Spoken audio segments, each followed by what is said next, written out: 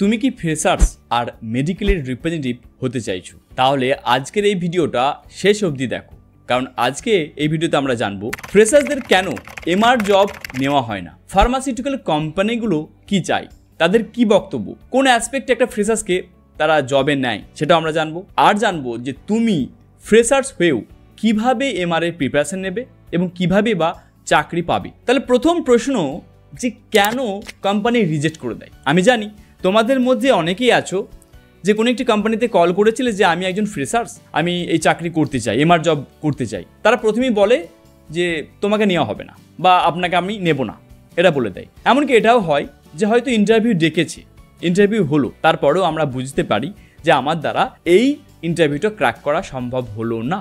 তার কারণটা কি? প্রথম রিজন, ল্যাক অফ কমিউনিকেশন।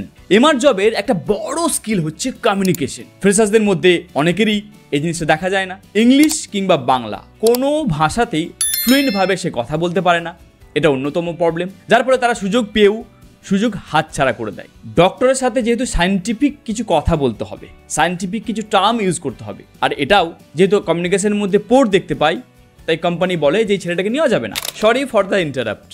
আগামী মাসে মেডিকেল রিপ্রেজেন্টেটিভের একটি নতুন ব্যাচ শুরু করতে চলেছি। তোমার যদি গ্র্যাজুয়েশন কমপ্লিট হয়ে থাকে, তোমার বয়স 26-এর মধ্যে থাকলে, আর যদি তোমার ইচ্ছা থাকে এমআর হওয়ার, তাহলে এই লাইফ চেঞ্জিং প্রোগ্রামে জয়েন করার জন্য তোমাকে আহ্বান জানাচ্ছি। জয়েন করার জন্য ডেসক্রিপশনে আমি একটি হোয়াটসঅ্যাপ গ্রুপের লিঙ্ক দিয়ে দেবো, কমেন্ট বক্সেও লিঙ্ক তুমি পেয়ে যাবে। একটি রিপোর্ট অনুযায়ী ফার্মাসিউটিক্যাল কোম্পানিরা 1 মিনিটের মধ্যেই বুঝে নেয় যে এই ছেলেটাকে আমাদের কোম্পানির জন্য নেওয়া হবে কি হবে না।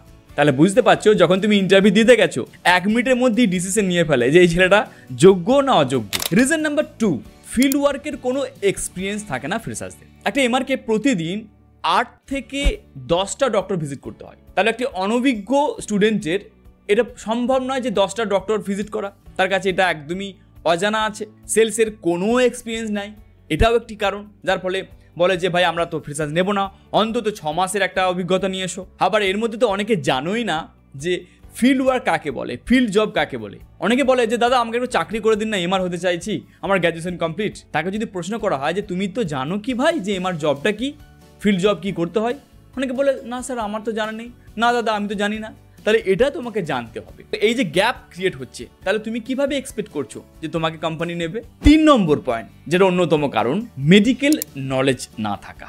যেহেতু আমরা মেডিকেল ফিল্ডে আসতে চাইছি, হেলথ সেক্টরের কিছু টার্ম জানতে হয়, কিছু আমাদেরকে সায়েন্টিফিক নাম জানতে হয়, কিছু ওষুধের নাম জানতে হয়। এইগুলো সম্বন্ধে যেহেতু একদমই নলেজ থাকে না, জিরো, নীল, যার ফলে কোম্পানি নিতে চায় না। ডক্টরের কাছে যখন তুমি প্রেজেন্টেশন দেবে, তখন কি করতে হয়? ডক্টরকে কিছু সায়েন্টিফিক টার্ম বলতে হয়, কিছু ডিটেলিং করতে হয়, এইগুলো করে ডক্টরের কাছ থেকে প্রেসক্রিপশন জেনারেট করতে হয়। তাহলে তোমার কাছে যদি এই স্কিলটাও জিরো থাকে, কিভাবে তুমি এক্সপেক্ট করছো যে তোমাকে কোম্পানি নেবে? তাহলে এবার প্রশ্ন যে ফার্মাসিউটিক্যাল কোম্পানিগুলো আসলে কি চায়, কি দেখে একটা ছেলেকে চাকরি দেয়? তারা যেটা দেখে কমিউনিকেশন। কমিউনিকেশনের মধ্যে কনফিডেন্স তারা দেখতে চায় তার চোখ মুখ কথা বলছে কিনা, তার মধ্যে জড়তা আছে কিনা, তার মধ্যে অন্তত একটা পার্সোনালিটি দেখানোর, এটা ওরা দেখে নেয়। এটা কি তোমার মধ্যে আছে? প্রশ্ন 1। এছাড়া আর কি চাই কোম্পানি? ফিল্ড জব করার জন্য ফিজিক্যাল এবং মেন্টাল প্রিপারেশন। ফিল্ড জব কথাটা যেটা আমরা বলছি না, এটা সহজ নয়। কেন?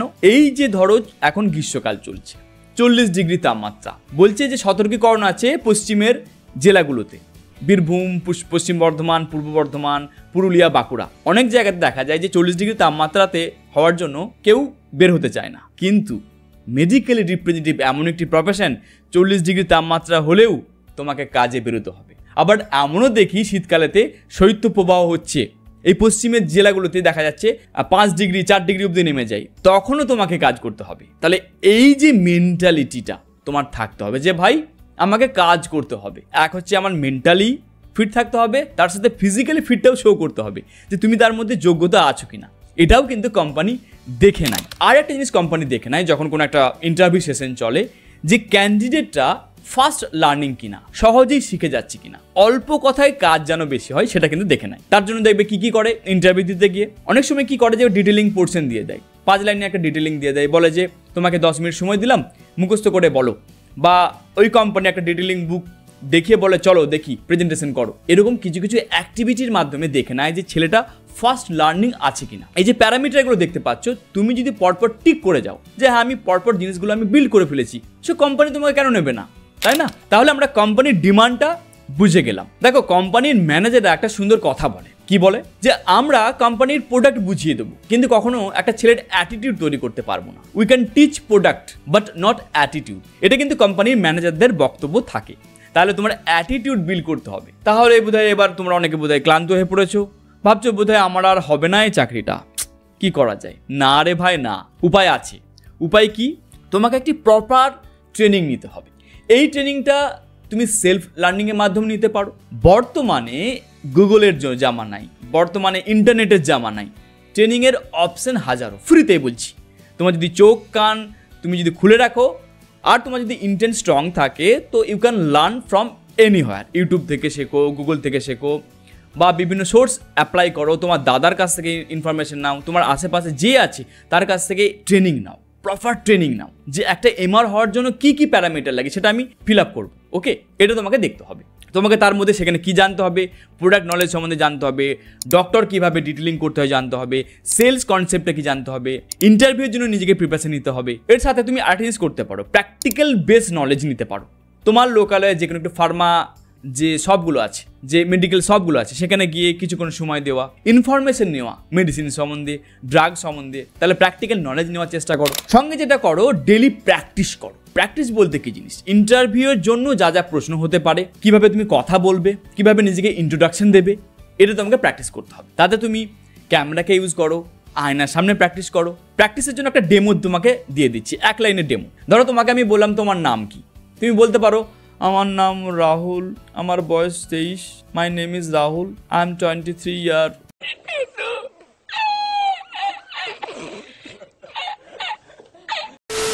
এরকম ভাবে ইন্টারভিউ দেবে না, এরকম ভাবে বলবে my name is Rahul, I am 23 years old. তাহলে দেখো, যখন তুমি প্রিপারেশন নেবে, তোমার কমিউনিকেশন, তোমার জেস্চার, যে এই যে জেস্চারটা আছে না, এটাও কিন্তু দেখে।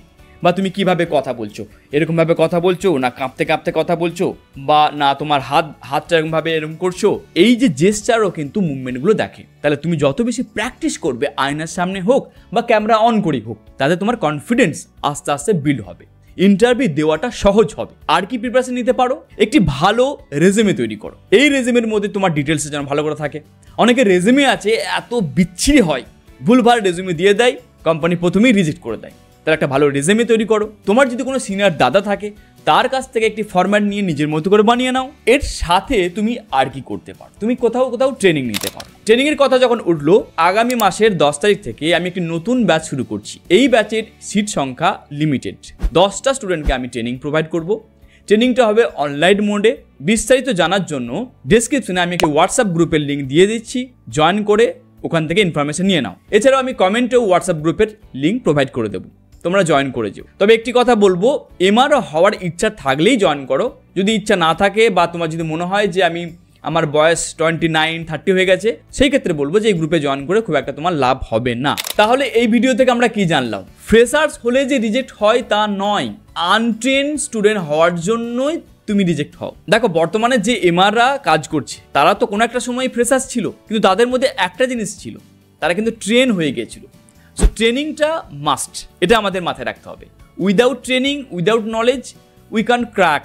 আর বলবো, তুমি যদি নিজের ওপর বিশ্বাস রাখো, তোমাকে এমআর জব পেতে কেউ আটকাতে পারবে না। আমার কাছে এমন স্টুডেন্টের এক্সাম্পল আছে, 2 বছর আমার কাছে ট্রেনিং নেওয়ার পর সে এখন কাজ করছে, এবং শুধু কাজ করছে না, অ্যালভিও বলে একটি কোম্পানিতে কাজ করছে। ইচ্ছা শক্তির জোরে কিন্তু সে চাকরিটা পেয়েছে, এতটুকু বলতে পারি। ইন্টারভিউতে কি কি প্রশ্ন হয় এই বিষয়ে যদি তুমি জানতে চাও, ডেসক্রিপশনে একটি লিঙ্ক দেওয়া আছে, ওখানে আমি 40টা কোশ্চেনের অ্যান্সার আমি সেট করে রেখেছি। তোমরা ভিজিট করো আমার ওয়েবসাইটে, ওখান থেকে এই 40টা কোশ্চেন অ্যান্সার পেয়ে যাবে। এমআর সংক্রান্ত আরও ভিডিও দেখার জন্য এন্ড স্ক্রিনে আমি একটি প্লেলিস্ট দিয়ে দিচ্ছি, ওখানে অনেক ভিডিও আমি দিয়ে রেখেছি।